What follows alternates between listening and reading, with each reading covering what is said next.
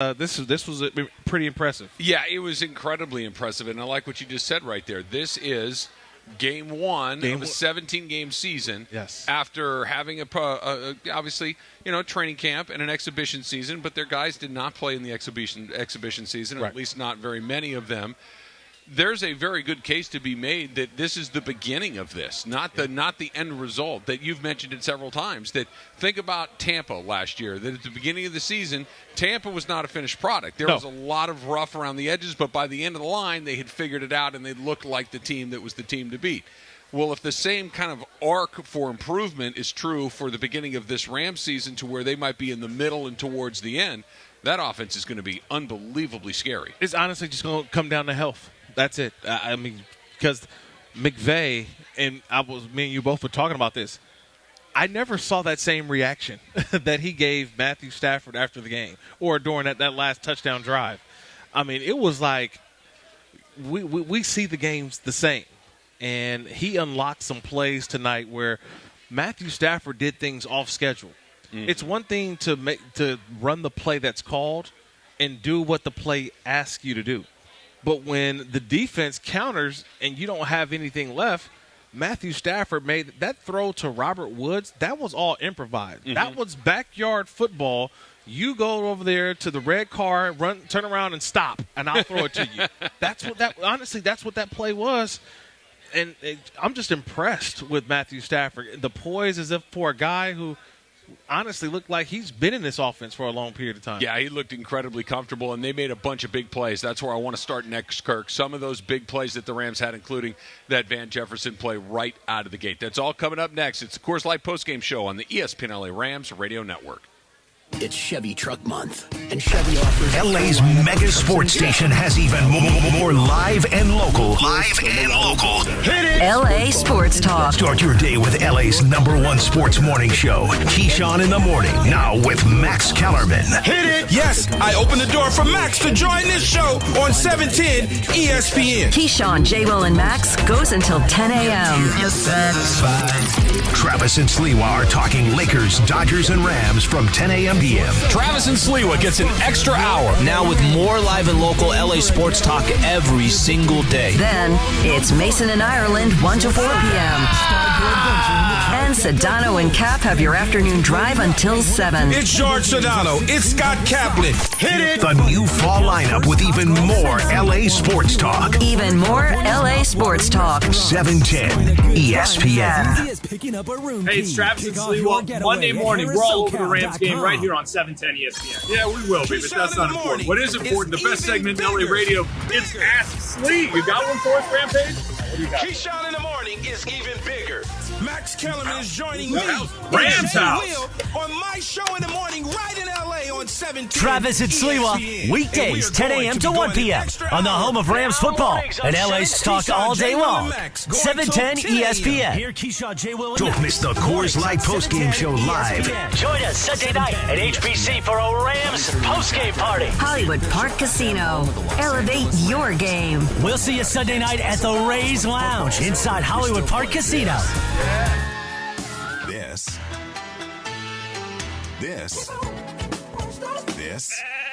and even this. Jack, could you play like less music and more of those listener call-in recordings? Yep, everything from the Rams to Ram Jam. 93.1 Jack FM. Playing what we want. Every new Toyota comes with peace of mind standard. That's because you get Toyota Care no-cost maintenance when you buy or lease any new Toyota. Toyota Care covers normal factory scheduled service for 2 years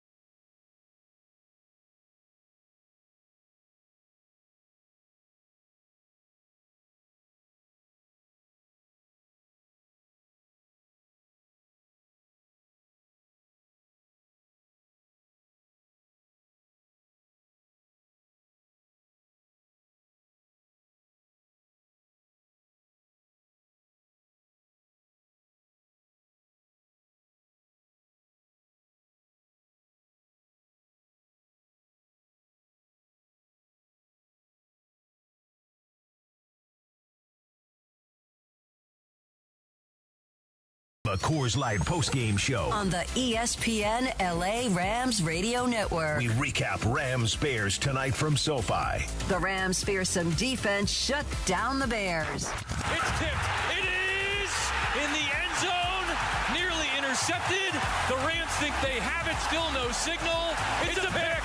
The Rams beat the Bears tonight at SoFi. This is the Coors Light postgame show, live at Hollywood Park Casino. Hollywood Park Casino. Elevate your game.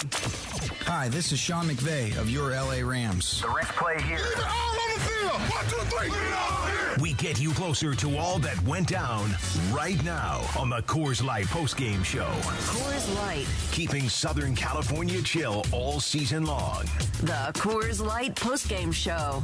Here's Travis Rodgers and Kirk Morrison. So about this, Kirk, we're here live at the Hollywood Park Casino right across from SoFi Stadium. This is where we're going to be after each and every Rams home game here during the regular season. We're out and about. This is good. This is brand new for us. And it's an energy in here, right? Yeah. It's an energy in here. Got a lot of jerseys roaming around. I mean, you can't go too far. How many steps can you go without seeing an Aaron Donald jersey? 0. Okay. I mean, is that a number? Because there was probably, I'd say 90% of those jerseys in that stadium tonight were Aaron Donald jerseys. Yeah, I mean, he's if you honestly think about it, it's a Hall of Fame jersey. Oh, sure. Think about it, like nobody. So you know what? I got to write this down so I can start telling people that if you buy an Aaron Donald jersey, just know that it will never go out of style. Yeah, Think you're about safe. it. You're safe to wear that for generations. Yeah, it's like getting Sandy Koufax for the Dodgers or Magic for the Lakers. That's a cool buy. Yeah. So I never thought about that until today, but I'm starting, Christmas shopping early. Absolutely. All right, the player of the game is presented by Verizon with 5G built right for the Rams.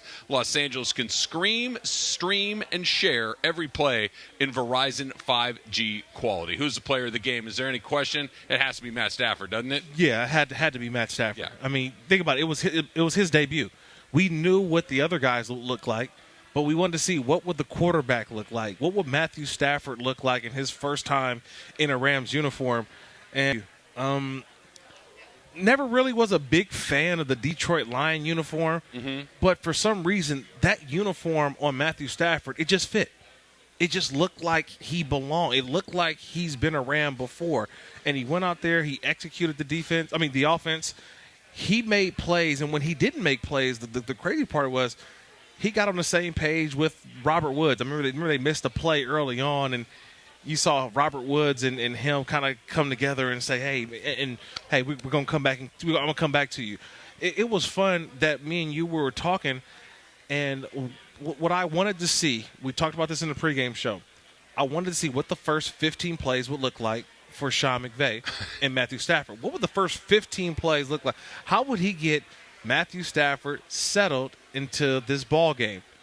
Well, 11 plays into the game, everyone had touched the football. Mm-hmm. Like the primary guys, the Higbees, the Cooper Kupps, Van Jeffersons, Darrell Hendersons, Robert Woods didn't get a pass. They said, you know what, we're just going to hand it off so you can get a touch. Deshaun Jackson, he had a nice little 15-yard gain early on.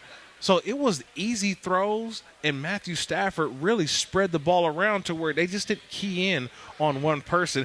That's how I think he got off to the hot start, and it was just it was goodbye after that. And here's something that we saw tonight more than once, more than 2 times, more than 3 times. It was just a series of plays that were big plays, chunk plays. Those are the plays that had been missing for a long time in this Rams offense and that we saw tonight. You had Cooper Kupp had a 56-yard reception. Correct. Van Jefferson has a 67-yard reception. Tyler Higbee, a 37-yard reception. And, some of these, especially the Kupp catch and the Jefferson catch, these were long throws. These were not just catch and run for 50 yards. These were long plays this is something we did not see a lot of in the Rams offense previously. And we had more chunk plays tonight than he felt like you'd get in half a season previously. Yeah, I've been looking at numbers and stuff today, and people are throwing stats out there.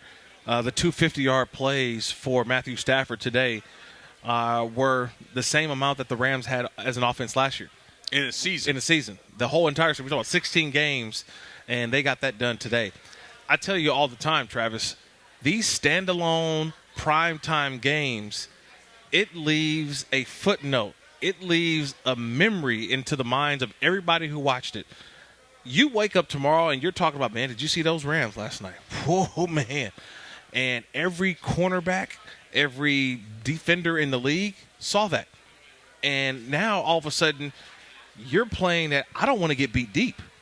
Think about it. When you start with, it's one thing to get scored on, but when we always talk about the loud, those big, giant, long play, you never want to be, because those highlights are going to run all season long. So another thing, let me tell you, as a former player, you hate the first couple weeks of the season because no one has highlights for the year to run yet. You're running, remember, this whole, up until today, you're running preseason, you're running highlights from the prior year.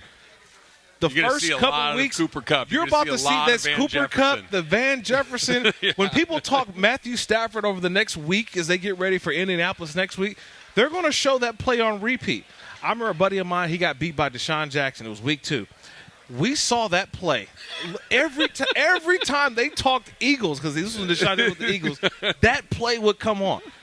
And every time we would look at him the same way, like, you still don't want to get deep, huh, right? You knew you should have been deep.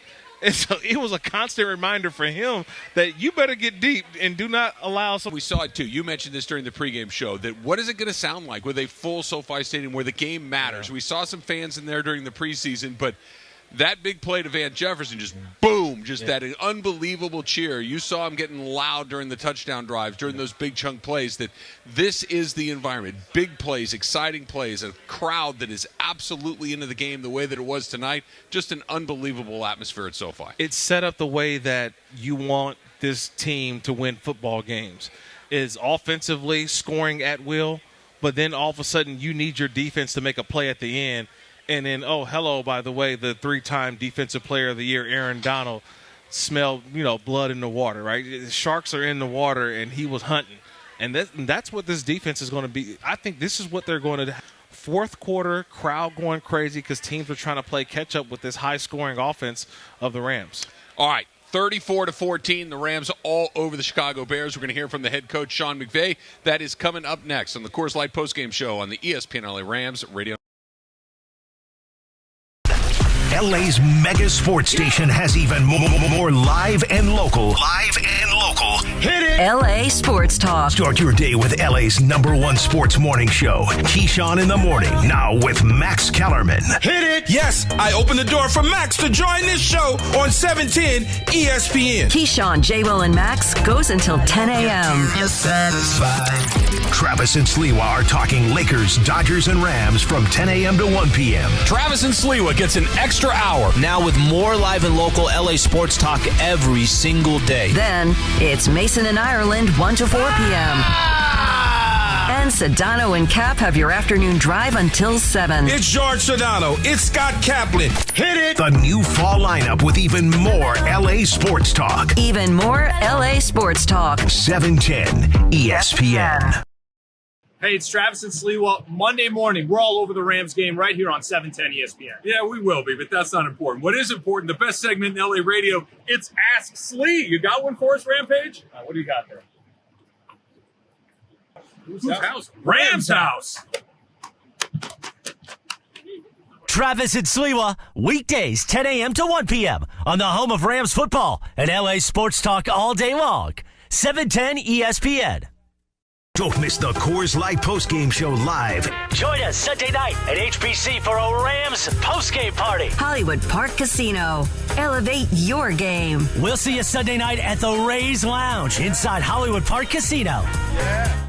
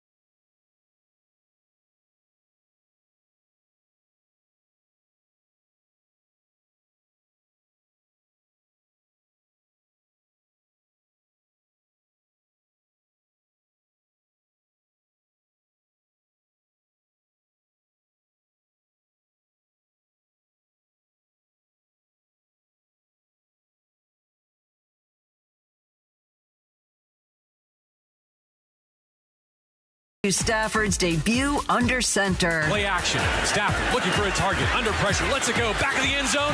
Oh, some toe drag swag from Robert Woods. He plucks it out of the air. It's another LA touchdown. Sean McVay's squad starts the season 1-0. We get you closer to all that went down right now on the Coors Light postgame show. Coors Light, keeping Southern California chill all season long. On the ESPN LA Rams radio network. This is the Coors Light postgame show, live at Hollywood Park Casino. Hollywood Park Casino. Elevate your game. Once again, here's Travis Rodgers and Kirk Morrison. And that's how you do a debut, a season debut in front of a full house at SoFi Stadium, 34-14. The Rams all over the Bears. And Kirk has seen a lot of things on Twitter, but the one that kind of jumped out at me most was somebody saying it looks like the Rams are playing with their food, that they could do whatever they want whenever they wanted, that they can just take care of business. Just a fantastic start to the season for them. You couldn't have scripted up any better for Sean McVay, because a lot of people have put some criticism on him because asking, is this offense, had it peaked? And he went out on a limb. Him and Les Snead said, look, we feel like we have a championship caliber team, and we need to upgrade at a position that's most important to us. A lot of people took it as criticism, but I think now after one game, and like I said, it's still a ton to look out for, but what you saw tonight, that was different. It looked different, right? Like it looked different to a point where you're like, I want to see that again. Show me again. And they got another opportunity next week now to take the show on the road. You know, Kirk, I want to be careful how I say this because it's never easy, and it's the NFL, and everybody's a good player. Right. But there were very few times where it looked like the offense was moving easily last season. There were very few times where it looked like things were coming the way that you would expect them to, that if everybody follows through on their assignment, this is the result to that. Except for tonight, it felt like things went about as easily as you could ask for, as far as just guys were open, plays worked, the quarterback delivered the ball on time, on target, that it was a relatively easy win along the way because all the things were cracking. I have more concern for the defense than I do the offense. Yeah. Right? You know, that in a game like this, and it was just so heavily leaning toward the offensive side at what they were able to do, that the defense can kind of hide a little bit because they got some things that they need to get fixed, because they're going to just know David Montgomery had an outstanding game today. He rushed for over 100 yards. He had a big one, the other one for, I believe, 14, and he was like 2 carries. He had 55 yards. And I looked up and I said, wow. Now, the rest of the game, a little bit different, right? You see like it's 14 carries and, a little over 50 yards, so he had to work the rest of the game. But I think overall, because the offense is going to score the points, and you're going to ask your defense that when you need to stop to be able to get us a stop, but in the fourth quarter, you take over. That's what we saw today, right? You just like that defense was like, all right, fourth quarter, Aaron Donald and, Justin Hollins had 2 sacks today. Yep. Leonard Floyd is getting a crowd hyped up.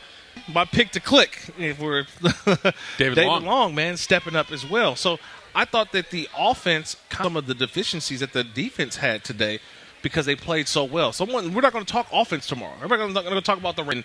Andy Dalton still threw for 206, and Justin Fields came in and scored a touchdown. Yeah, scored a touchdown. Everybody's eyes they got all wide and deer in headlights, because we're going to talk about what the offense did and how they were so efficient and how the play calling just seemed to fit. So you're pleased. I'm pleased. I think most Ram fans are pleased with how it went tonight. What about the head coach, Sean McVay? He spoke with J.B. Long and Maurice Jones-Drew after the game. Our engineer's saying we're not picking this up. All right, 3, 2, and 1. Back at SoFi Stadium, joined by the head coach of the Rams, Sean McVay, with a 34-14 victory of the Chicago Bears.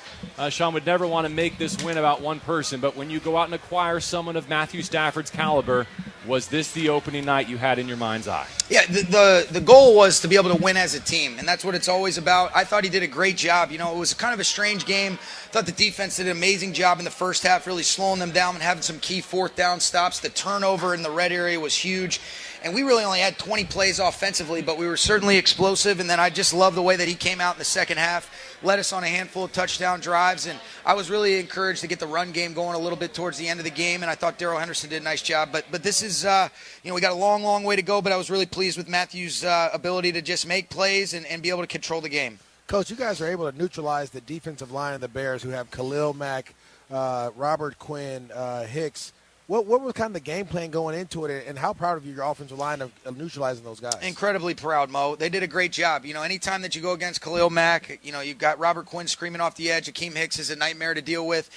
We had to have a plan. I thought Matthew did a great job of being able to get us in and out of some of the right looks, and then when we got our chances to take shots, he certainly capitalized on it. I thought, what a huge play by Van Jefferson, great awareness, and then to be able to, I think one of the plays of the game actually was first drive of the second half to hit Robert Woods on that third down, being able to progress across the board, hit Robert on the deep end breaking route, and then on the very next play, we ended up hitting Cooper Kupp. But Matthew's a stud, did a great job, and this is just the start. Last thing, Sean, there was a juncture at some point this summer during camp where I know you were a little bit displeased with just kind of the focus and the things that take no talent, right? Yep. When I look at the box score tonight, no giveaways, only 4 penalties, 2 of which came late in the game. How pleased are you with week 1 being as sharp as it was? I'm pleased, but, you don't take it for granted, but I have confidence in this group. This is what we expect. We've got a really tough matchup against an excellent Indianapolis Colts football team next week, and we'll enjoy this for a couple hours, and then we'll shift our focus to those guys. So very pleased, but this is what I expect of this group as long as we got those right leaders, and we certainly have that, JB. Always appreciate your post-game comments. Thank you as always, Sean. Thanks, guys. All right. The final. All right, thanks, JB. So, Sean McVay is usually very energetic and very positive after a win, and yes. He was right there as well. He was energetic and he was positive, but there just seems to be a little bounce in his step when he talks about it. It just seems like that is a different thing. You heard it there at the very end. He's just a stud. He can just do these things. I mentioned to it while we were listening to it. He was talking about Matt Stafford making plays that weren't exactly on the play sheet, but he made them happen anyway. Yeah, that was a 3rd and 9. The play to Robert Woods, where he went through his progression, stayed with it, and then stepped up in the pocket and delivered a ball right into coverage, but it was to where Robert Woods was able to secure the catch. That ultimately ended up being the play that set up the Cooper Kupp could have been touchdown. Yeah. On 3rd down, they're punting. Okay? They're punting. And, Johnny Hecker only punted once tonight, by the way. He did boom one, but they only punted once. That's what efficiency looks like. When you look at the drive summary for the Rams, it just seems that tonight, maybe it's when they're against each other the last couple of years, so they know each other too. But to me, it was fun to just see a guy who was just so in command of the offense. The game got off to kind of a weird start, too. The Bears received the opening kickoff, and it was a big return. It was a 50-yard return along the way, and if Matt Gay doesn't at least make that guy try to change directions in the moment, he probably goes the entire way. Right. Kickoff return for a touchdown to open the game. Then shortly thereafter, David Montgomery, a big chunk of play, a big chunk of yardage. 41 yards puts him right inside the 10-yard line, and then you get that tip ball, you get the interception along the way. That just turned from what felt like, hey, what's going on here? The Bears are just going right down the field to the Rams have momentum. They hit a big touchdown. It flipped in about 30 seconds. Yeah, it flipped because the Rams are bend, don't break. And remember, you're going to go get some – it's going to be woes early in the season. Me and Maurice were talking about this at halftime. Remember, this is the first live tackling that a lot of these players have had.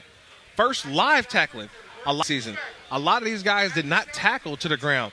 A lot of these guys did not fit up in the run. So now you're looking at David Montgomery, who had those big runs because they couldn't fit him up during the during the preseason. Today, they got a little taste of it. Aaron Donald got a taste of it. Sebastian Joseph Day got a taste of it. Greg Gaines, my interior defensive front, Ashawn Robinson, they got a taste of it today. And those are the things that they can clean up because they didn't have that, early during training camp because the Rams they're practicing for the season. They're not practicing for their opponent right now just yet. All right, so Jalen Ramsey, of course, one of the big names on that Rams defense, had a big night. I want to talk about his performance today against the Bears. 34-14, the Rams improved to start the season. Lots more to get to on the Coors Light postgame show on the ESPN LA Rams Radio. LA's mega sports station has even more live and local. Hit it! LA Sports Talk. Start your day with LA's #1 sports morning show, Keyshawn in the Morning. Now with Max Kellerman. Hit it! Yes, I opened the door for Max to join this show on 710 ESPN. Keyshawn, J-Will, and Max goes until 10 a.m. You're satisfied. Travis and Sliwa are talking Lakers, Dodgers, and Rams from 10 a.m. to 1 p.m. Travis and Sliwa gets an extra hour now with more live and local LA sports talk every single day. Then it's 1 to 4 p.m. And Sedano and Cap have your afternoon drive until 7. It's George Sedano. It's Scott Kaplan. Hit it! The new fall lineup with even more LA sports talk. Even more LA sports talk. 710 ESPN. Hey, it's Travis and Sliwa. Monday morning, we're all over the Rams game right here on 710 ESPN. Yeah, we will be, but that's not important. What is important, the best segment in LA radio, it's Ask Slee. You got one for us, Rampage? What do you got there? Whose house? Travis and Sliwa, weekdays 10 a.m. to 1 p.m. on the home of Rams football and LA sports talk all day long. 710 ESPN. Don't miss the Coors Light postgame show live. Join us Sunday night at HBC for a Rams postgame party. Hollywood Park Casino. Sunday night at the Rays Lounge inside Hollywood Park Casino. Yeah.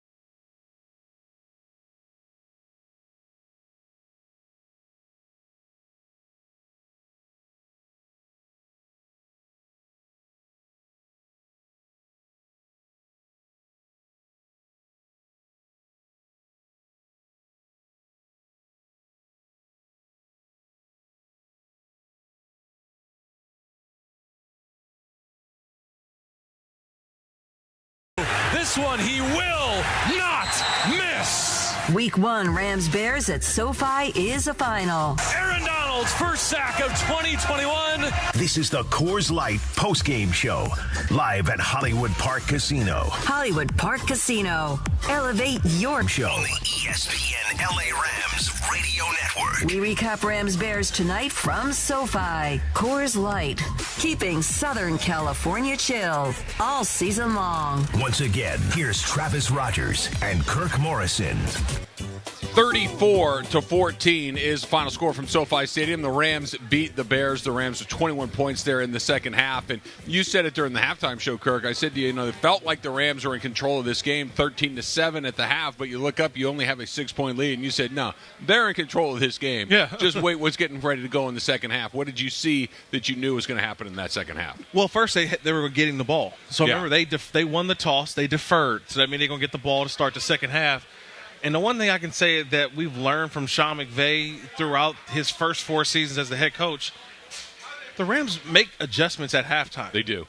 They make a ton of adjustments to where you see them go out and they not necessarily look like a different team, but they have a different scheme. They have a different point of attack. I think the way that he sets up some of their plays in the first half, he runs sort of the caveat off of it. He runs the counter play to that where, okay, you saw this look earlier. We're going to give you the same look, but then we'll throw something else right at you. We saw the wide receiver lead through on the run plays for Darrell Henderson.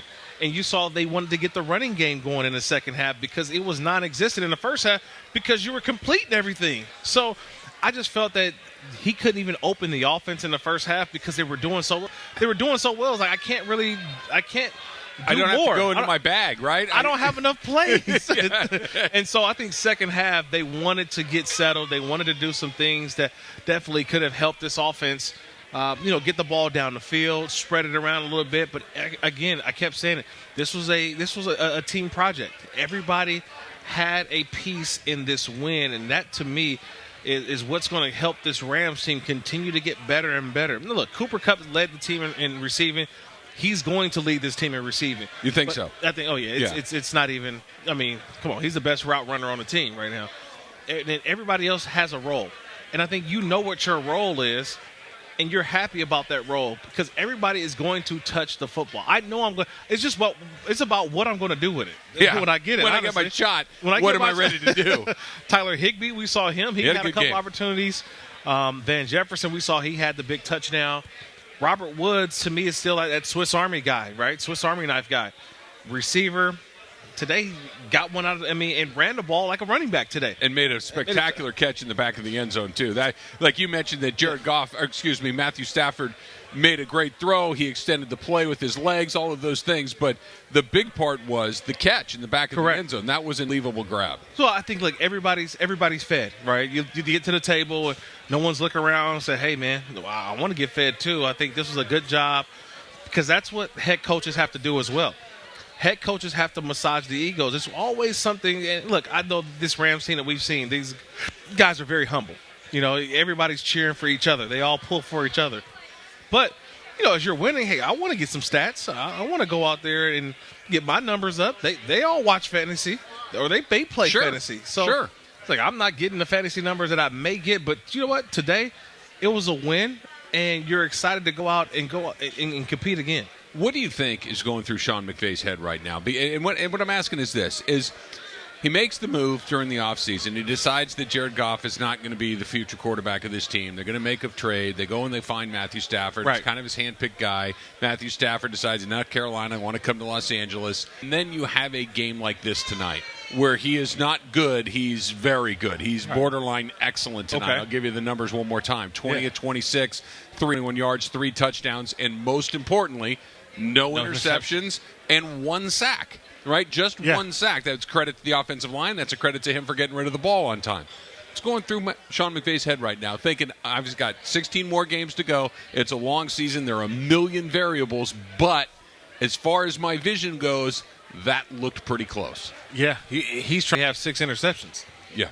You know, he's looking at the plays that didn't work and how can they work. That way Sean McVay is. How can I get an extra blocker on the tight end screen with Higbee? Remember where he couldn't make the one guy miss? Mm-hmm. Or, you know, early on, how can we get touchdowns instead of threes? You know what I mean? Because it was 2 drives where they got threes. If they don't get those threes, those could have been touchdowns. So that's another situation, I think, where Sean McVay can go back and look at, hey, how can we be how can we be more efficient? I don't know. You know, they just kind of took it into half and probably wasn't enough time. But there's things that they can continue to keep working on. And I mentioned, it's crazy to think this, Travis, but it's only September 12th.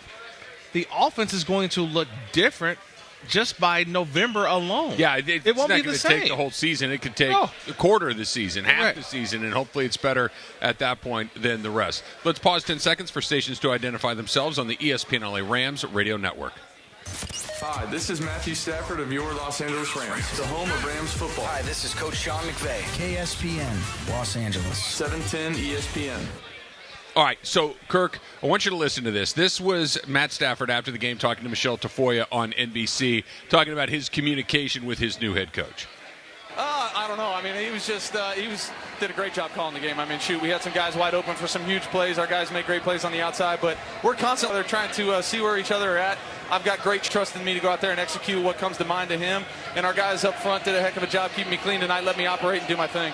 That's the thing, too, right? Yeah. Never mind the playbook for Sean McVay, but just the relationship between McVay and Stafford will continue to grow. They'll understand, okay, I like this, you like this. Let's put these things together. Okay, I'm not a huge fan of this. That's how you figure out where you go from that point.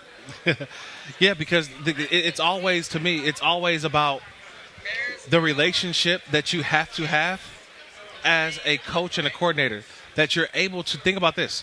You're able to call what's on that player's mind. Mm-hmm.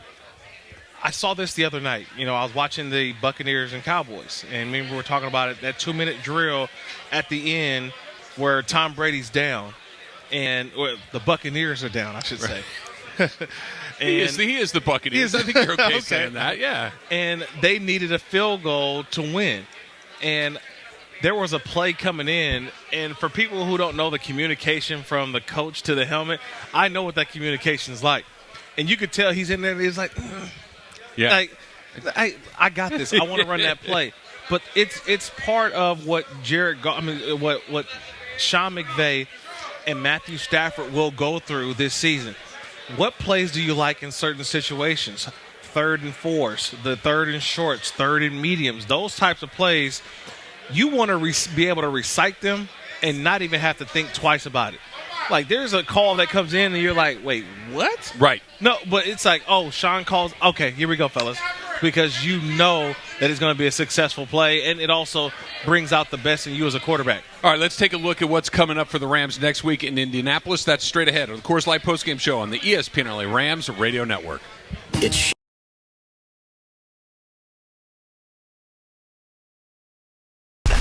LA's mega sports station has even more live and local. Hit it! LA Sports Talk. On Sports Morning Show, Keyshawn in the Morning. Now with Max Kellerman. Hit it! Yes, I opened the door for Max to join this show on 710 ESPN. Keyshawn, J-Will, and Max goes until 10 a.m. You're satisfied. Travis and Sliwa are talking Lakers, Dodgers, and Rams from 10 a.m. to 1 p.m. Travis and Sliwa gets an extra hour now with more live and local LA sports talk every single day. Then it's Mason and Ireland 1 to 4 p.m. And Sedano and Cap have your afternoon drive until 7. It's George Sedano. It's Scott Kaplan. Hit it! The new 4 LA Sports Talk. Even more LA Sports Talk. 710 ESPN. Hey, it's Travis and Sliwa. Monday morning, we're all over the Rams game right here on 710 ESPN. Yeah, we will be, but that's not important. What is important, the best segment in LA radio, it's Ask Slee. You got one for us, Rampage? What do you got there? Who's out? Travis and Sliwa, weekdays 10 a.m. to 1 p.m. on the home of Rams football and LA Sports Talk all day long. 710 ESPN. Don't miss the Coors Light postgame show live. Join us Sunday night at HBC for a Rams postgame party. Hollywood Park Casino. Elevate your game. We'll see you Sunday night at the Rays Lounge inside Hollywood Park Casino. Yeah.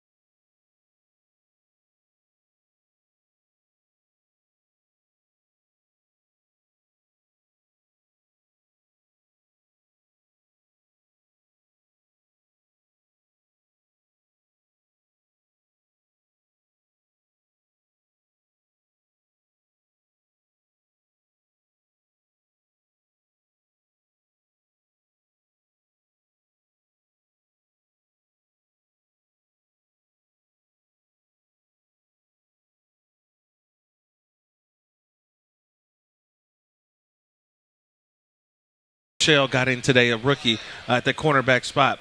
He brings a level of confidence to that secondary.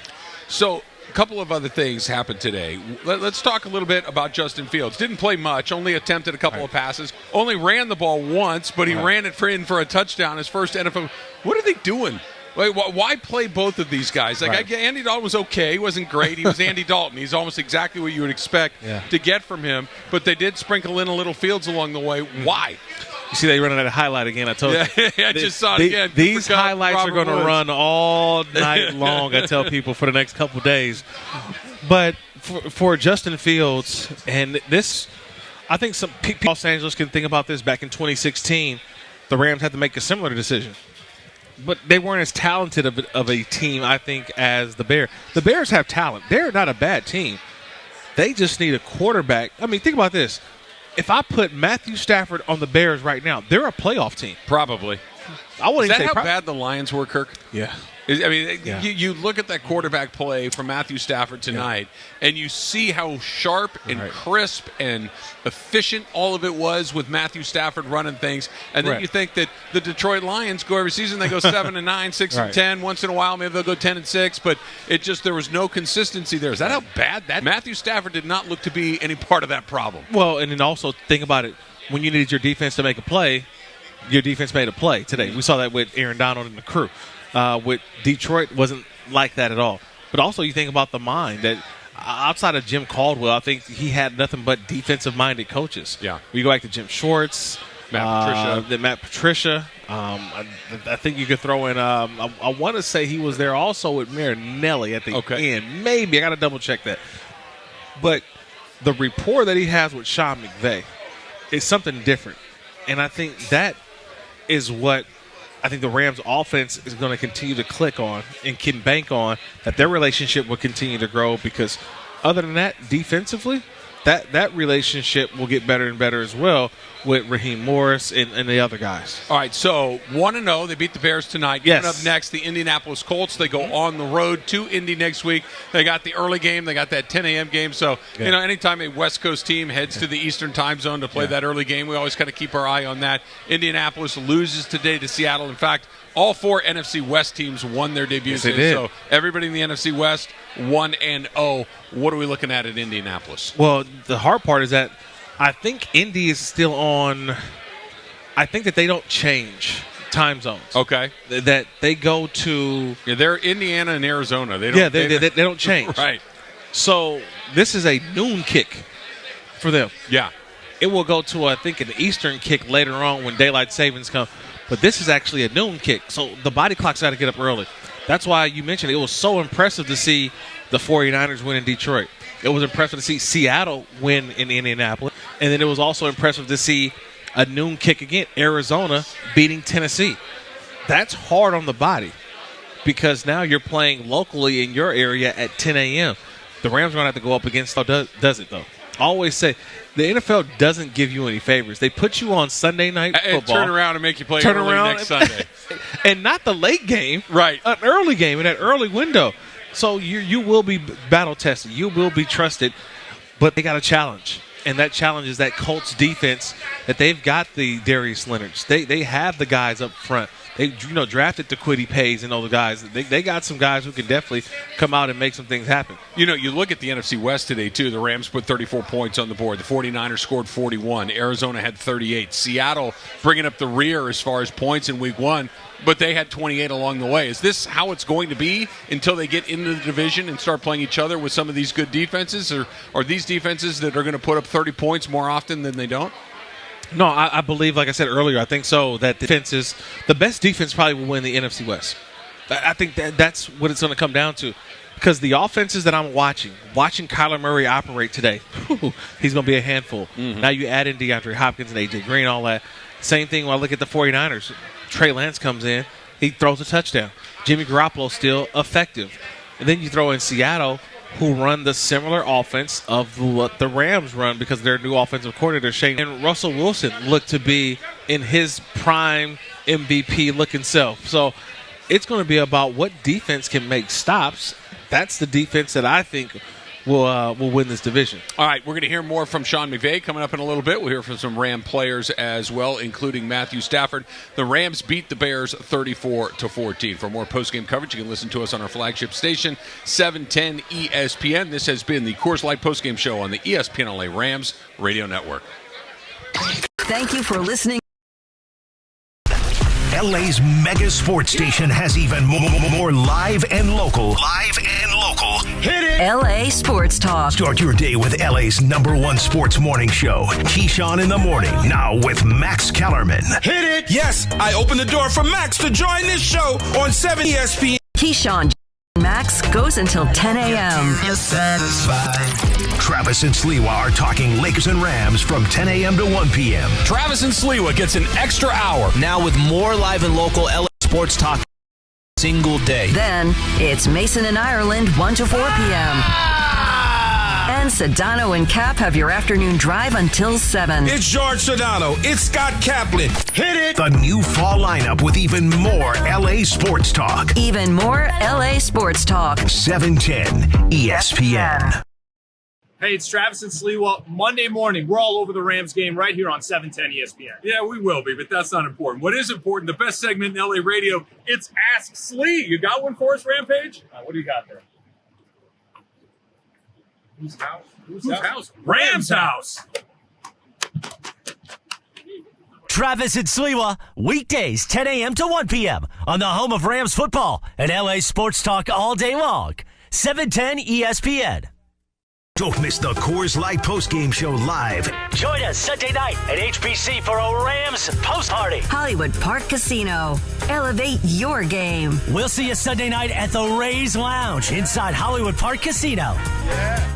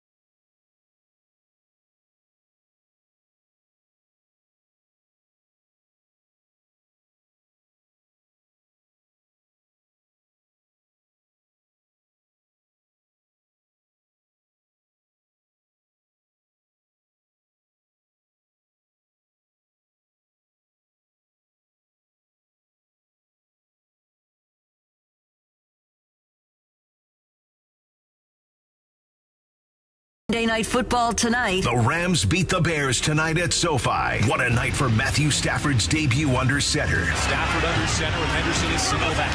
Sets his feet and launches. Back deep right. It's caught at the 20. Van Jefferson stumbling to the turf. He was not touched. He gets up. He gets in. Touchdown, LA! Rams Bears is in the books. This is the Coors Light postgame show on the ESPN LA network. Having Southern California chill all season long. All the highlights, all the numbers. Coach McVay's press conference. Hi, this is Coach Sean McVay. The Coors Light postgame show kicks off. Whose house? Rams house. This is the Coors Light postgame show, live at Hollywood Park Casino. Hollywood Park Casino. Elevate your game. Now, here's Travis Rodgers and Kirk Morrison. 34-14, the final score from SoFi Stadium. The Rams all over the Bears. The Rams are 1-0. The Bears dropped their opener, and Kirk is having a conversation with Brett here at the Hollywood Park Casino game show after each and every home game this season. And he said to me, you were right, that everything you said about SoFi Stadium was right. I couldn't believe it. It was amazing to see it. You and I have been very lucky. We went through it during the construction process. We went through it, right. Kind of halfway through it as it got a little bit closer. We went through it last season when it was open, but not really open to fans. Correct. It was so much fun to see it tonight, not just because there was a football game being played and the Rams won, which is wonderful, but the place was rocking, and it was full of people who were thrilled to see that stadium, thrilled to see tonight. Man, I keep saying that just flying into LAX and looking out the window just does not give that stadium any justice. You have to literally be there. You got to get inside. You got to see what it's like walking in. I mentioned to you when we walked up, it doesn't feel like a football game. It feels like a big event. Yeah. And it's like everybody's getting ready for this big event, and you got to be in your seat. And I think the thing that people in Los Angeles, I want you to hear about this, is that this was not a late arriving crowd. This was a crowd that got there early, that was in their seats, that wanted to sit. I saw more people at the national anthem than I've ever seen at a game out here in Los Angeles. And I think it was due to everybody just wanted to be at SoFi. And now once you get the feeling of it, once you had that first taste of it, you're like, I want to go back to that, because the product also that was on the field was good too. It was fun high-fiving, jumping up and down and fist bumping and elbowing and seeing the guy. And then the defense getting loud, and then at halftime, I forgot who was even performing it, but it sounded good. Like it was a concert. It was just everything that you would expect, the bells and whistles. That's what I got tonight at SoFi. And very well said, and I would just add this to it. You mentioned that the product matched the hype. The star power, too, Kirk. Yes, that you're talking about. Look, this is Los Angeles. We talk about Anthony Davis and LeBron James. We talk about Mookie Betts and Clayton Kershaw. You need to be a star in this town to really get people to pay attention to what you're doing. We have Aaron Donald on the defensive side of the ball, but they might have their star on the offensive side of the ball. It's very hard not to get incredibly excited about what you saw from Matthew Stafford tonight. 20 of 26, 321 yards, 3 touchdowns, which is extraordinary. A passer rating, a career best for him, 156.1. Really impressive. However, no interceptions, 1 sack. None of these, hey, get rid of the ball. Why are you holding the ball too long? Fumble on the ground. None of it. Just a clean performance by Matt Stafford. Yeah, it was very clean. It was efficient. That's what I think more is the word that comes to mind most, because he moved the ball methodically down the field, and he never looked like he was he never looked like he was worried, bothersome. Everything seemed to just flow, and when he made a mistake, I think the guys knew, we messed that one up. You know what I mean? The one that they got the field goal that could have been a touchdown to Robert Woods, just improvising a little bit. And it's crazy that they had that interaction early on, and they missed out on 3rd down. They kick a field goal on 4th. That when that same opportunity came up later in the game, they connected on it for a touchdown. You know what I mean? Like, that's the things that you get excited about seeing today, is because this is a team that, in the Rams, that you don't get a chance to watch them in preseason. It's hard to gauge where they're at. It's hard to gauge what's going on and who's the new stars and how's this offensive line. All the question marks that you think because you assume and you're like, I don't know about the offensive line. That all went out the window fairly quickly. I mean, you hold Khalil Mack, Akeem Hicks, Robert Quinn, Roquan Smith. You hold them to 1 sack, and it was barely a sack if you ask me. Yeah, no, they were. They're special teams, too. This is one of the Rams really had to rely on special teams a lot, whether it was Johnny Hacker putting somebody deep in their own end, whether or not it was Greg Zuerlein kicking monster field goals. Well, today you had fantastic special teams play, even though maybe it's not something that you're going to spend a lot of time thinking about moving forward. But the game started with a special team yard return, but the kick saved a touchdown right there. Yeah. We saw Matt Gay knocked down a 53-yard field goal. That's not nothing. And it was good by about another 10 yards, too. That thing had some leg on it. We did see the one time Johnny Hekker had to putt. They were deep in their own end, and he bangs it well past the 50-yard line and kind of flips the field there. As good as the offense was, as good as the defense was, just giving up 14 points, the third part of the game, the special teams part of the game, was really sharp for the Rams tonight. Yeah, it was sharp because they needed to be in those moments. Like, the Rams were kind of backed up. They needed to kick, get a nice little punt, and they got that from Johnny Hekker.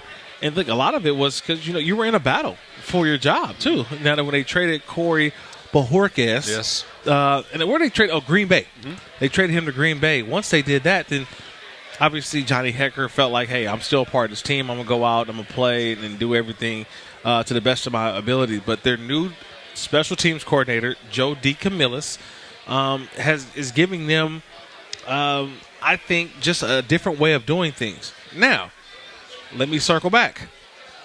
I expected to see Tutu Atwell returning punts. I didn't see that. Cooper Kupp. Saw Cooper Kupp. So when Cooper Kupp is returning punts, I already know fair catch. We take it from wherever you catch it. Cooper Kupp ain't returning no punts. Deshaun Jackson has had that in his background before. They didn't put him back there as well. That is another element of special teams and we're nitpicking because it's week one, but where can the Rams get some production in that special teams unit?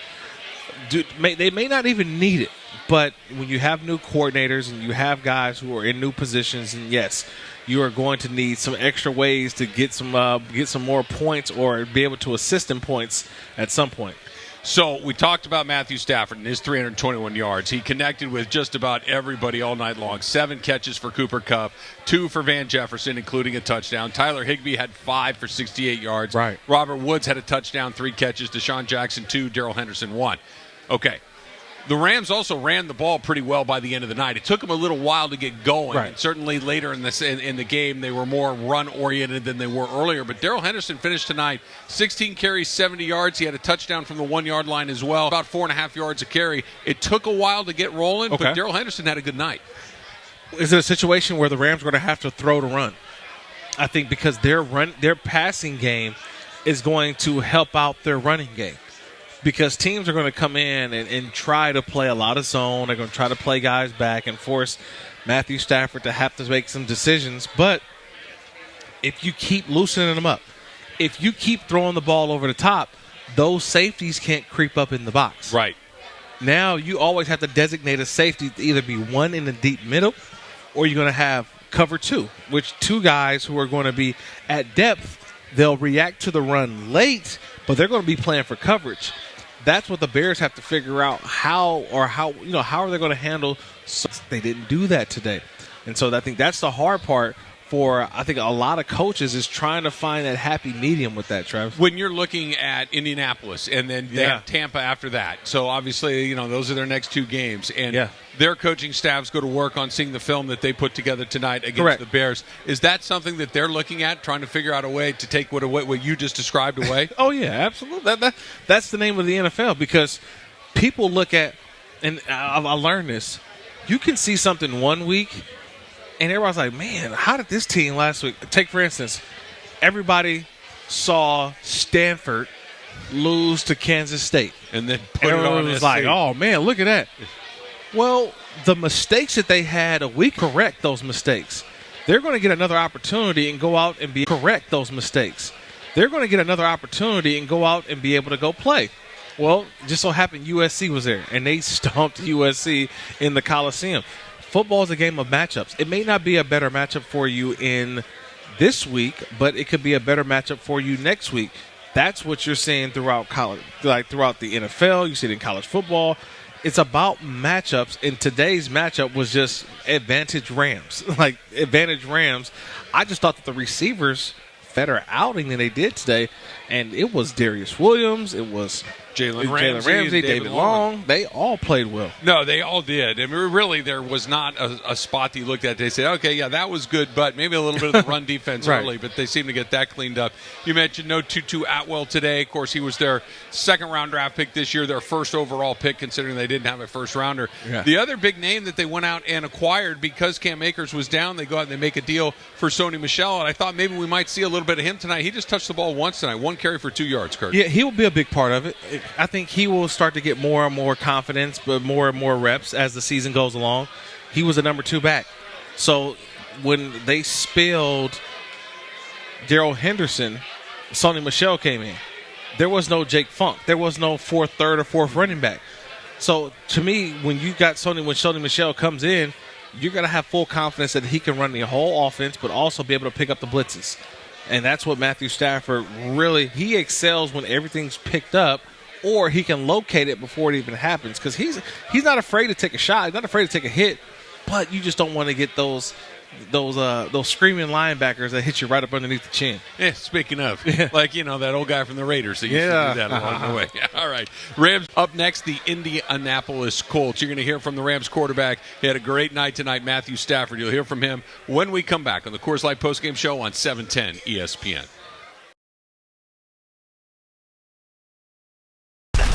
LA's mega sports station has even more live and local.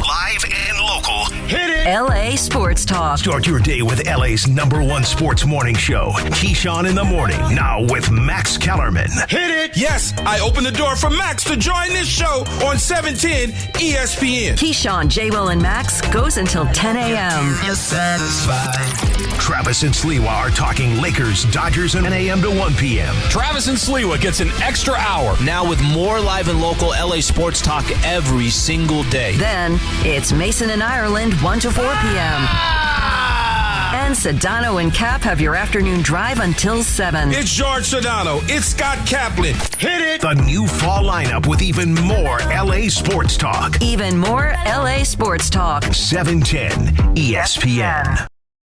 Hey, it's Travis and Sliwa. Monday morning, we're all over the Rams game right here on 710 ESPN. Yeah, we will be, but that's not important. What is important, the best segment in LA radio, it's Ask Slee. You got one for us, Rampage? What do you got there? Whose house? Whose house? Rams' house. Travis and Sliwa, weekdays 10 a.m. to 1 p.m. on the home of Rams football and LA sports talk all day long. 710 ESPN. Don't miss the Coors Light postgame show live. Sunday night at HBC for a Rams postgame party. Hollywood Park Casino. Elevate your game. We'll see you Sunday night at the Rays Lounge inside Hollywood Park Casino. Yeah.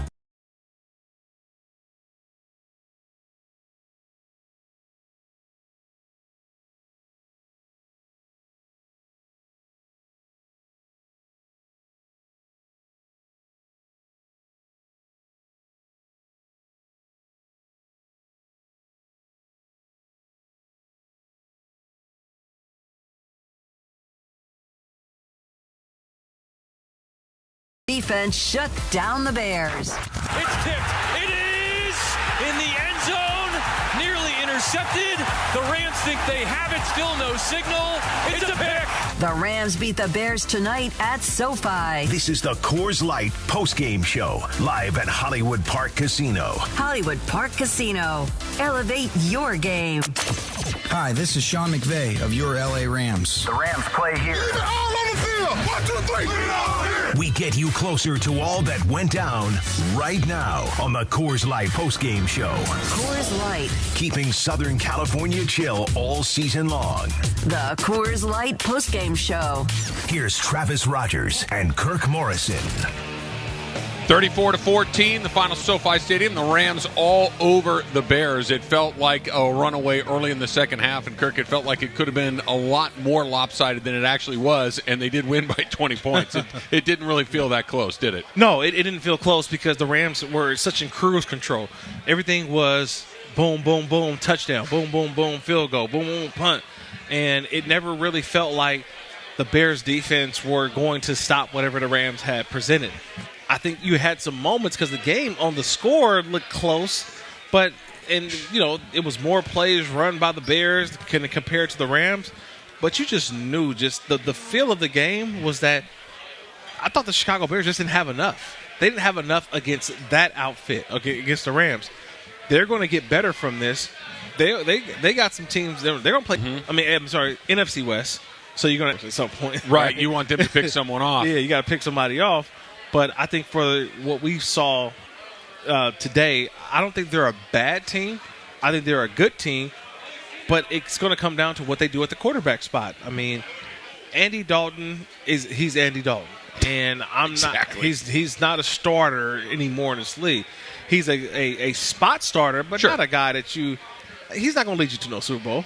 No, that's been well established over his time. He's perfectly fine, but he's not the guy that you put on a team on his back and does it. Now, Matt Stafford may be that guy. He's getting an opportunity to do something that he's never been asked to do before, and that is be the guy on a team that has enough talent to go to the Super Bowl. He spoke with the media after today's win. It was awesome. It was a complete team win. Obviously, our defense did a great job getting the ball back for us a couple times, 3 or 4 times, it felt like. Great job on 4th down a couple times, turning the ball over. As an offense, it was tough to kind of get into a rhythm in the first half. We only had 4 possessions, but we were explosive some of those, and Sean dialed it up great, and our guys went out and executed. So a lot to learn, some good to take away from it, and keep building on, and then obviously some plays we'd love to have back, like every single game. Would you mind breaking down the first 2 air yards explosives, Van Jefferson, Cooper Kupp? Yeah, just a play action on the first one to Van. He did a great job of, getting behind the defense. Great job on that one. I had all day, and was able to shoot that one down the field to him. He did a great job getting up and scoring, which is always fun. And then the second one to Cooper, that was a great call by Sean. Perfect coverage for the play. Our guys up front, again, gave me a bunch of time. It takes time for, guys to get down the field. Cooper did a great job, again, just getting behind the defense, and I was able to, get out there to a decent spot for him. I feel like the chemistry went tonight when you were able to spread out the ball and make sure everybody ate pretty much. Yeah, that's, I think that's when we're going to be at our best, when everybody gets involved in the game. I'm not sure how many different guys had catches, but it felt like a bunch. And, those guys are talented playmakers. All do it a different way. So I'm trying to do everything I can to make sure those guys, are able to kind of show their abilities and go out there and play. Kelly told me to wear it, so I'm wearing it. After it's been so long since the trade actually happened, what was it like to finally kind of get out of the field? Yeah, a lot of anticipation for this game. For me, it's a new experience for me, a new place, new stadium, new fans, the whole deal. But this team has embraced me, and I really appreciate that. I've done everything I can to try to, just work as hard as I can and get myself in this team, and they wrapped their arms around me and felt good to go out there and play with them tonight. Such incredible players on this team. I'm lucky to be a part of it. I want to do everything I can to try and lead this team to where we want to go. Obviously, this is just one. Got to keep building on this, but it felt great to get out there and go play. Sort of a follow-up to that, you've been with another organization for your entire career. That sort of felt like the comfortable old shoes. When you're traded, when you're a veteran like you are, when you've played so many years, how difficult is it, or is it that difficult to get into this new system with a new team? Or have you just experienced so much in your career that it's not as difficult as we might think? No, it's tough. It's a lot of work. It's a lot of work for me, but it's really a lot of work from everybody. Sean's put in a ton of hours with me. Kevin O'Connell's put in a ton of hours with me. Our offense has put in a ton of hours just trying to help bring me up to speed. I'm the new guy in a system where everybody kind of knows what's going on. So I just appreciate all the hard work and the patience that they've had with me trying to get me to this point. And I'm trying to go out there and grasp it and lead us into the right direction.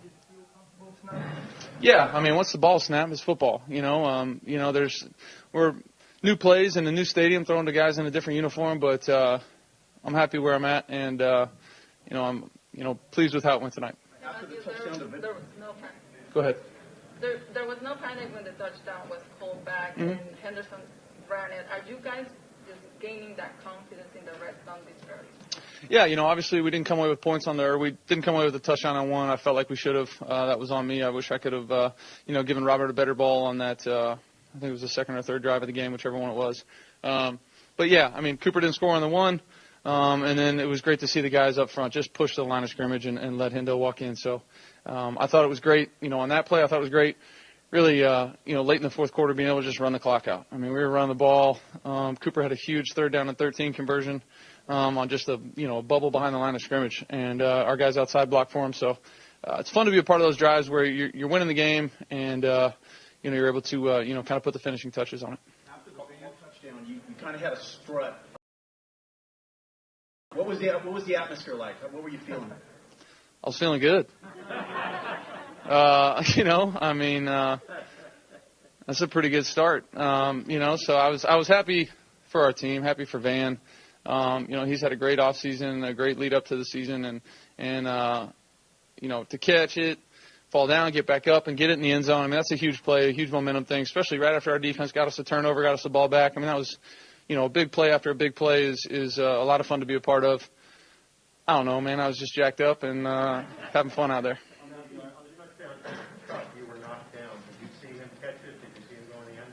No, I mean, I got hit a little bit late. I didn't even know there was a penalty till 10 minutes later. But Stafford was coming off. There seemed to be a level of enthusiasm, jubilation, excitement, whatever you want to call it, that we did not see a lot when Jared Goff was coming off the field. Oh, man, it's like when you and your buddy are in a room and you both are thinking the same thing, and you look at each other, you have that look, and you're like, oh, you know what I was talking about. Yeah, that's what it is. Yeah. I mean, they both saw the same thing, and he come over like, yeah, man, I saw the same. Oh, you saw that? Oh, man, look at you, man. Like, or you see someone having so much success, and you're just like, God, man, you're doing it. It's now for real. Because before it was preseason, it was going over things that you may see, may not see, but to go out and I always said you celebrate victories, you celebrate getting in the end zone, touchdowns, because the sacrifice that goes into a weekly preparation. It's okay to get excited about that. It's okay to go out there and do that. And I think that's where McVay, and I think we saw from Stafford today, they got a little excited because they've been putting in all this work all off season since the trade. It was criticism on Sean McVay. It was criticism, obviously, on Matthew Stafford. And their first opportunity to go out there and play, what happens? Matthew Stafford has a career night. Yeah, and you mentioned it. We were talking about it at the halftime that there were a couple of missed plays in the first half. Maybe a little extra some of the ball. Ball might have sailed a little bit here or there. Yeah. But it was those mistakes of enthusiasm, right. Those mistakes of just being a little bit pumped up that by the time you got into the second half, that ball was going exactly where it was supposed to. That little extra adrenaline had kind of bled off at that point, and everything was cracking. Yeah, but sometimes, man, that heart is pounding out your chest, man. Yeah, it's got to go its own way, right? You can't talk yourself out of it. You got to just kind of let the whole thing play out along the way. Rams get a very impressive first week win, 34-14 over the Chicago Bears. Jalen Ramsey, a big part of that defense today as well. You will hear from him next on the Coors Light postgame show on 710 ESPN. LA's mega sports station has even more live and local. Hit it! LA Sports Talk. Start your day with LA's #1 sports morning show, Keyshawn in the Morning. Now with Max Kellerman. Hit it! Yes, I opened the door for Max to join this show on 710 ESPN. Keyshawn, J-Will, and Max goes until 10 a.m. You're satisfied. Travis and Sliwa are talking Lakers, Dodgers, and Rams from 10 a.m. to 1 p.m. Travis and Sliwa gets an extra hour now with more live and local LA sports talk every single day. Then it's Mason and Ireland 1 to 4 p.m. And Sedano and Cap have your afternoon drive until 7. It's George Sedano. It's Scott Kaplan. Hit it! The new fall lineup with even more LA sports talk. Even more LA sports talk. 710 ESPN. Hey, it's Travis and Sliwa. Monday morning, we're all over the Rams game right here on 710 ESPN. Yeah, we will be, but that's not important. What is important, the best segment in LA radio, it's Ask Slee. You got one for us, Rampage? What do you got there? Whose house? Whose house? Rams house. Travis and Sliwa, weekdays 10 a.m. to 1 p.m. on the home of Rams football and LA sports talk all day long. 710 ESPN. Don't miss the Coors Light postgame show live. Join us Sunday night at HBC for a Rams postgame party. Hollywood Park Casino. Elevate your game. We'll see you Sunday night at the Rays Lounge inside Hollywood Park Casino. Yeah.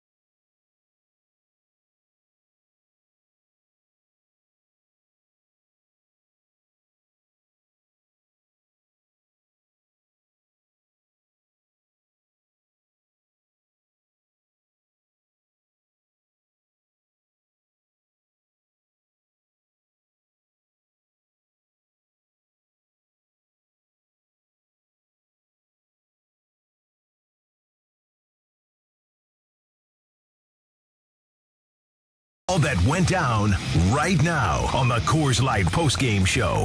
Coors Light, keeping Southern California chill all season long. On the ESPN LA Rams Radio Network. This is the Coors Light Postgame Show, live at Hollywood Park Casino. Hollywood Park Casino. Elevate your game. Once again, here's Travis Rodgers and Kirk Morrison. Can't ask for much more, Kirk. No. That's about as complete a game as we've seen the Rams play in quite some time, where you come off the field and you say, special teams are pretty good. Defense is pretty good. The offense was really as good as we've seen since going back to maybe Sean McVay's second year when Jared Goff and Todd Gurley were really cranking up and playing high-level offense as well. This is probably the most explosive offense we've seen since then. Yeah, and think about it. You don't have Todd Gurley. You don't have Brandon Cooks. You don't have Jared Goff. You don't have a lot of the guys who were made up that offense. This is a whole new offense, and to me, it's evolved, right? I think Robert Woods is better now than when he once started with this offense. Cooper Kupp has become one of the better route runners in the NFL. We saw that today. And then you add in this offensive line that really is starting to come into its own. I don't blame you there. You know what I mean? I'm looking around saying, like, this looks pretty good. And it looks sharp. You know, you're not typically going to see a lot of crispness in that first week, and they certainly had a great deal to go around today. The top three performances of the day are brought to you by Morongo Casino Resort and Spa. Good times. I'm going to be honest, Kirk. I did not think that this name was going to be a name that I would talk about in the top three performances. Jameis Winston, 5 touchdown passes today in an absolutely dismantling of the Green Bay Packers. They win that game 38-3. Jameis Winston, I'm going to say it again, 5 touchdown passes. Oh, okay. I want to go blind resume with you.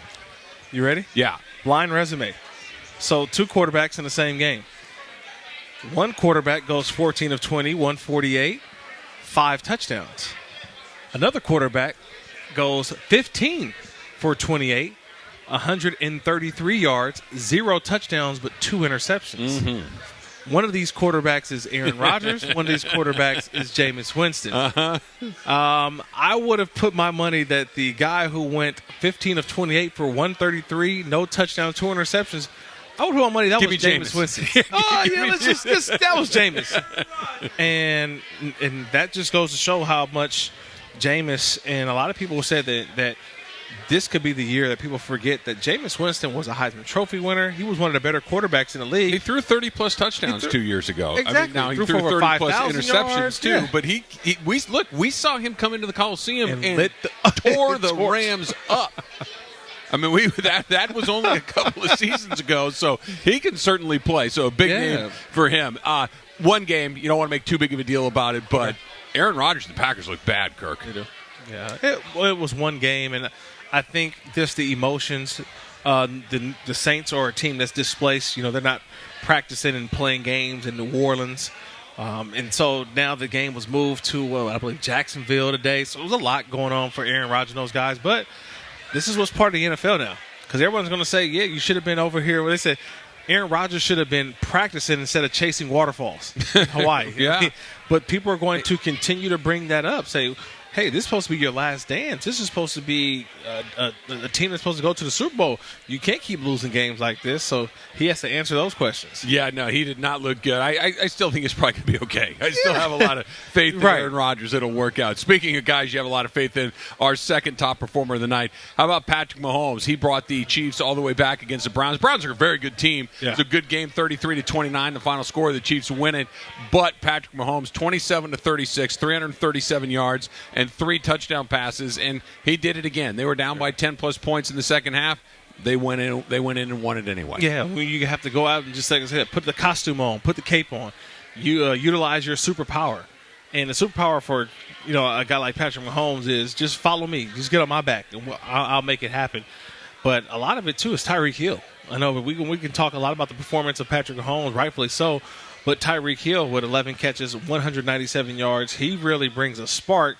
Because him on the field is similar to the Deshaun Jackson, to when Tutu Atwell comes out there with his Rams offense, you have to respect the speed of these types of players. So you're going to see speed all around, which opens up the short intermediate stuff for a guy like Patrick Mahomes. All right, so speaking of the speed, this guy's got some good wheels as well, but he lit it up through the air again. Kyler Murray, another NFC West quarterback, 289 yards, 21 to 32, 4 touchdown passes as well, and they beat Tennessee in Tennessee 38 to 13. Right. And I think a lot of people look at that Tennessee Titans as a pretty darn good football team. Yeah, they're a good football team, and luckily this won't matter in terms of the AFC, NFC, right? This is just a non-conference matchup that we all see. And Tennessee is they're going to go back to the drawing board, and they're going to get, a team that's physical up front and running the football and stopping the run and all that stuff. They're not trying to, they can't compete with the offenses that we expected. And look, I told people, new offensive coordinator for Tennessee is probably not going to be able to cut it. Why not? Well, because their old DC is now the head coach in Atlanta. Right. And so now it's new voice, new scheme, new thought process. How much do you take of the old and bring with the new? Like, how often do we say it was a seamless transition to the new offensive coordinator? We don't necessarily say that, because usually something happens to where nobody gets along, or something to where you're not getting the same production that you once had. Is that credit to Sean McVay and to his staff that they've had the turnover that they've had? I mean, you've seen a bunch of guys. Great point. Matt LaFleur, and in Cincinnati's another one. We've on the third defensive coordinator in 3 different years for the Rams, from Wade Phillips to Brandon Staley, now to Raheem Morris. Right. And yet it seems like those transitions have been pretty seamless along the way. Yeah, I think it's a credit to the players, credit to guys understanding that, you don't need to be babysat every day. You just come in and do what you're supposed to do, and we'll get done. And that's what you see with this Rams team. Everybody does it, plays their part, plays their role, and then when needed to ask to do more, they can do more. All right, so we mentioned Jalen Ramsey earlier. He was very, very good. The entire Ram team was good, but he in particular on the defensive side of the ball stood out. He spoke with the media after the big win. Tell us what was going through your mind during that celebration after that first touchdown to Van Jefferson? I don't know. That was crazy, though, right? It just looked good. I mean, they practiced that, you know what I mean? And they came out and did it in the game and connected. It looked great. From a defensive standpoint, what was it like to see the offense go out there and be explosive and give you guys? It was great. Yeah, it was great. I feel like obviously we got things to get better at, the whole team, but having them on their side doing their thing as well really takes a lot of pressure off us. Lets us play a little bit free and fast, I guess you can say. When you were in a groove, what was your mindset tonight going into the game? I guess just, I don't know, trying to let God's light shine through me. That's it. I mean, I'm being put in positions that I've never been put in before to make plays and do things for the team. So I was kind of just doing that, I guess. Tell me how the swag you guys have when you know you're the number one defense and you come out, force turnovers, get picks, Tell me about how you guys feel, the gusto you feel when you perform like that, the way you know you can play. It feels great, honestly. But we're hard on ourselves. We're self-critical. We celebrate when obviously we have wins and victories, of course, but then we back to the drawing board. We seeing where we can get better and one up ourselves. So that's what we're gonna do. But it does feel great. How great does it feel? I don't. What's it like when in college they have turnover chains? What's the sideline like when you guys are doing what y'all supposed to be doing? We don't got no turnover chains, man. We get paid to do this, you know what I mean? We get checked, I guess. Our check gonna clear, you know what I mean? But it's cool. It's a vibe. It's fun, man. It's fun. A lot of fun. Jalen, I'm curious about the chemistry you guys in the secondary specifically have continued to build, obviously with your role expanding and how guys have to sort of rotate around you and will rotate around you in various ways. How has that chemistry expanded and one or two points guys you're proud of in that regard? I'm proud of everybody. I'm proud of everybody in that room. It takes a lot to do what we're doing. A lot of guys are asked to do different roles this year, bigger roles this year. We got a second-year player who got the green dot, who has a command of the whole defense, calls the plays, still goes back to his position and sets up the secondary and makes sure we are on our checks the right way. And you got D. Will, who's even in the expanded role. Everybody likes to talk about me being in the expanded role, but he's doing it as well. And honestly, he makes it easy for me, and he helps me be able to be in an expanded role because he can be versatile and do some different things too. So that's great. And then you got a guy who's really been unproven thus far, hasn't had a lot of experience playing in the NFL yet, I guess you could say, in D-Lo. And he came out today and he popped us off with the first pick, and he played well, had a couple PBUs too, I believe, until he started cramping up. So we're going to get him right on that, and he'll be back out there. Scooter came in for him when he was cramping up and held his own. I don't think he gave up a pass, and if he did, it was something light or something like that. And then T-Rap, he's super disruptive. He's taking his game to another level. And we have a lot of confidence in him, and we're going to continue pushing that confidence in him because when we do, he lights up and he plays amazing. And him and Jordan's communication and their leadership on the back end can't be taken for granted, you know, and people got to talk about that a little bit more just because they really have a command, and they're really communicating really well to set up not only just the secondary but the linebackers too. We have a great communication, and kind of like you said, that comes from our chemistry that we're continuing to build and our vibe we have. Last month they went for it on fourth down. A, did that surprise you at all, either one of those? And B, just kind of the confidence, if you could explain what that does when you stop. I won't say it's nothing really surprises me in the game. You know, things happened. They had their reasons for wanting to go for it, so they did. And we came up with big stops, which is, that's like a make a difference type play for the defense. That it might not count in the stats as a turnover, but it's, you know, technically a turnover on downs and gives our offense the ball in a probably better position than it would have been if they would have punted. So that's always pretty cool too. What do you make of Matthew's performance? He did amazing. I mean, I'm sure he's self-critical, and he's going to have some things that he'll probably want to get better at, and hopefully we can challenge him in practice to do that. But his command, his swag, like everything was great. That's like a debut that probably should go down in history. Like just the way he played, like his swag. Like I'm not all into the stats all the time, but his stats was probably crazy too. I mean, it's just a debut that was nice, you know what I mean? He mentions that you challenge him in practice. We do. We definitely do. It's a good challenge, though, you know what I mean? All right, so that command and that swag that Jalen Ramsey is talking about right there, Kirk, he's talking about Matt Stafford, and there's just something about it, right? Just when you know that your quarterback has a little of that. Yeah, I got this.